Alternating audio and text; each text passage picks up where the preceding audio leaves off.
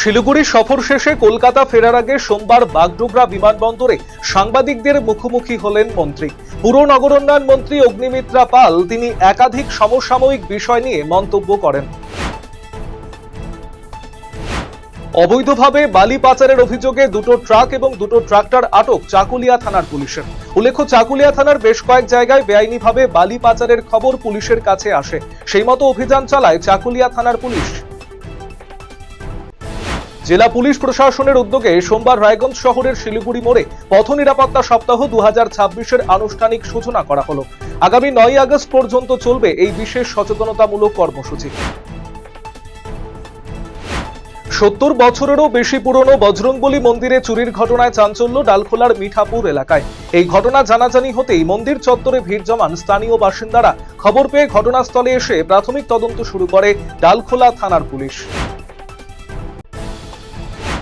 এবার টাকা উদ্ধার মালদায়। ওষুধ ব্যবসার আড়ালে চলত নিষিদ্ধ কাপ সিরাপের ব্যবসা। ঘটনায় চাঞ্চল্য মালদা থানার মঙ্গলবাড়ি এলাকায়। এলাকার বাসিন্দা দিলীপ সাহার বাসভবনের 3য় তলে এক ফ্ল্যাট ভাড়া নিয়েছিল পিন্টু সরকার নামে এক যুবক। সেই ফ্ল্যাট থেকে উদ্ধার বিপুল পরিমাণ টাকা। ঘটনাস্থলে স্পেশাল অপারেশন টিম, সাথে দক্ষিণ দিনাজপুর এবং মালদা থানার পুলিশ। সুস্থ অপরাধমুক্ত সমাজ গড়ার লক্ষ্যে উত্তর দিনাজপুর জেলা পুলিশের উদ্যোগে পালিত হলো সড়ক নিরাপত্তা সপ্তাহ। নিরাপদ রাস্তা নিরাপদ বাংলা বার্তাকে সামনে রেখে পথ চলতি সাধারণ মানুষ এবং যানবাহন চালকদের সচেতন করতে বিশেষ কর্মসূচি গ্রহণ করল ইটাহার থানার ট্রাফিক পুলিশ।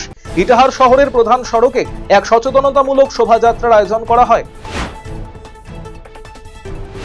গোপন সূত্রে পাওয়া খবরের ভিত্তিতে সাফল্য পেল ইটাহার থানার পুলিশ।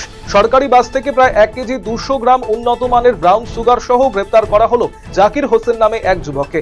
উদ্ধার হওয়া মাদকের আনুমানিক বাজার মূল্য প্রায় 14 লক্ষ টাকা।